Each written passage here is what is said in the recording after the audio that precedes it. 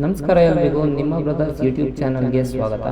ನಾವು ಇವಾಗ ಬಿಚ್ಚಾಲಮ್ಮ ದೇವಸ್ಥಾನಕ್ಕೆ ಹೋಗ್ತಾ ಇದ್ದೀವಿ. ಅಲ್ಲಿ ರಾಯರು ಪೂಜೆ ಮತ್ತು ಜಪ ಮಾಡುತ್ತಿದ್ದ ಜಾಗ ಅದು. ಸೊ ಅಲ್ಲಿ ಏಕಶಿಲಾ ಬೃಂದಾವನ ಕೂಡ ಇದೆ, ಬನ್ನಿ ನೋಡೋಣ. ಅಲ್ಲಿ ರಾಘವೇಂದ್ರ ಸ್ವಾಮಿಗಳು ಪೂಜೆ ಎಲ್ಲ ಮಾಡ್ತಿದ್ದಂತಹ ಒಂದು ಸ್ಥಳ, ಬನ್ನಿ ನೋಡೋಣ. ನೋಡಿ ನೋಡಿ ನೋಡಿ ಅಣ್ಣ, ಅವರು ಯೂಸ್ ಮಾಡ್ತಿದ್ದಂತಹ ಒಳಕಲ್ಲು ಅಂತಿದೆ.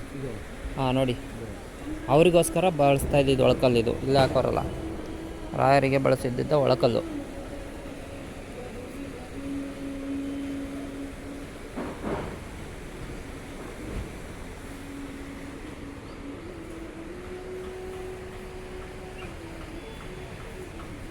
ಬರ್ರಿ, ಏಕಶಿಲಾ ಬೃಂದಾವನಕ್ಕೆ ದಾರಿ. ಏಕಶಿಲಾ ಬೃಂದಾವನ ನೋಡಿ, ತುಂಗಭದ್ರಾ ನದಿ.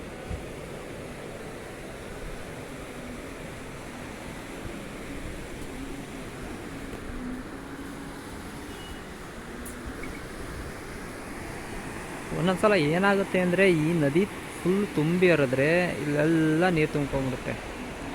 ಇಲ್ಲೆಲ್ಲ ಇಳಿಯೋಕ್ಕೂ ಆಗಲ್ಲ, ಅಷ್ಟು ನೀರು ತುಂಬ್ಕೊಂಬಿಡುತ್ತೆ. ಸೊ ಇಲ್ಲಿ ಮಳೆ ನೀರು ಜಾಸ್ತಿ ಬಂದಾಗ ಇಲ್ಲಿ ಎಂಟ್ರಿ ಇರಲ್ಲ ಯಾರಿಗೇ ಆಗಲಿ, ಭಕ್ತಾದಿಗಳಿಗೆ. ಸುಮ್ಮನೆ ಮೇಲೆ ನೋಡ್ಕೊಂಡು ಹೋಗ್ಬೇಕಾಗುತ್ತೆ. ಅಣ್ಣ, ಇಲ್ಲಿ ನೀರು ಜೋರ ಬಂದರೆ ಇಲ್ಲೆಲ್ಲ ತುಂಬ್ಕೊಂಡಿರುತ್ತೆ. ತುಳಸಿ ಕಟ್ಟೆ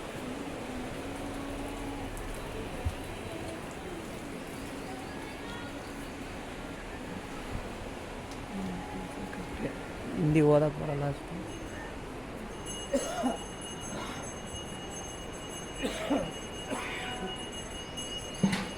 ಶಿವಲಿಂಗ, ರಾಯರು ಕೂತ್ಕೊಂಡು ಪೂಜೆ ಮಾಡ್ತಿದ್ದಂತಹ ಒಂದು ಸ್ಥಳ ಇದು.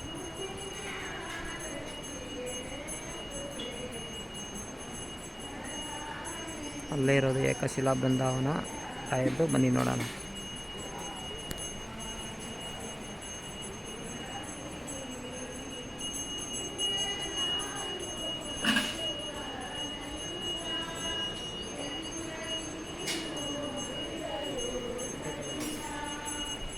ಏಕಶಿಲಾ ಬೃಂದಾವನ ನೋಡಿ, ನಮ್ಮ ಒಂದು ಪುಣ್ಯ ಇವತ್ತು ಓಪನ್ ಆಗಿದೆ.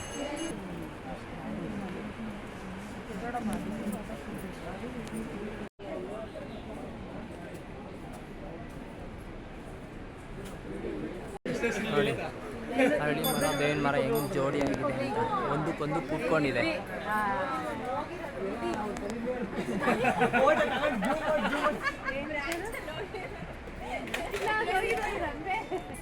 ನೋಡಿ, ಬಿಚ್ಚಾಲಮ್ಮ ದೇವಸ್ಥಾನಕ್ಕೆ ಹೋಗೋದು, ಬನ್ನಿ ನೋಡಿ. ಬಿಚ್ಚಾಲಮ್ಮ ದೇವಸ್ಥಾನ, ಅದೇ ಒಂದು ದೇವಸ್ಥಾನ. ಮುಂಚೆ ದೇವಸ್ಥಾನ ಇರಲಿಲ್ಲ, ಬಟ್ ಕಲ್ಲುಗಳಿದ್ವು ಮತ್ತು ವಿಗ್ರಹ ಆಯಿತು. ಬಟ್ ಇವಾಗ ದೇವಸ್ಥಾನ ಮಾಡಿದ್ದಾರೆ, ಸುಮಾರು ವರ್ಷ ಆಯಿತು ಮಾಡಿ. ಇದು ಓಲ್ಡ್ ಟೆಂಪಲ್ ನೋಡಿ, ಹಿಂಗಿತ್ತು. ಇದನ್ನು ಇವಾಗ ಕಟ್ಟಿರೋದು.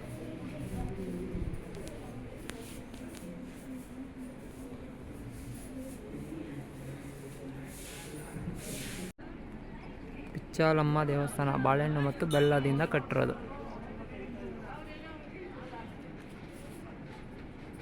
ನಾವು ಬಿಚ್ಚಾಲಮ್ಮನ ದರ್ಶನ ಮತ್ತು ರಾಯರು ಪೂಜೆ ಮಾಡುತ್ತಿದ್ದ, ಜಪ ಮಾಡುತ್ತಿದ್ದ ಒಂದು ಜಾಗವನ್ನು ನೋಡಿದ್ದಾಯಿತು.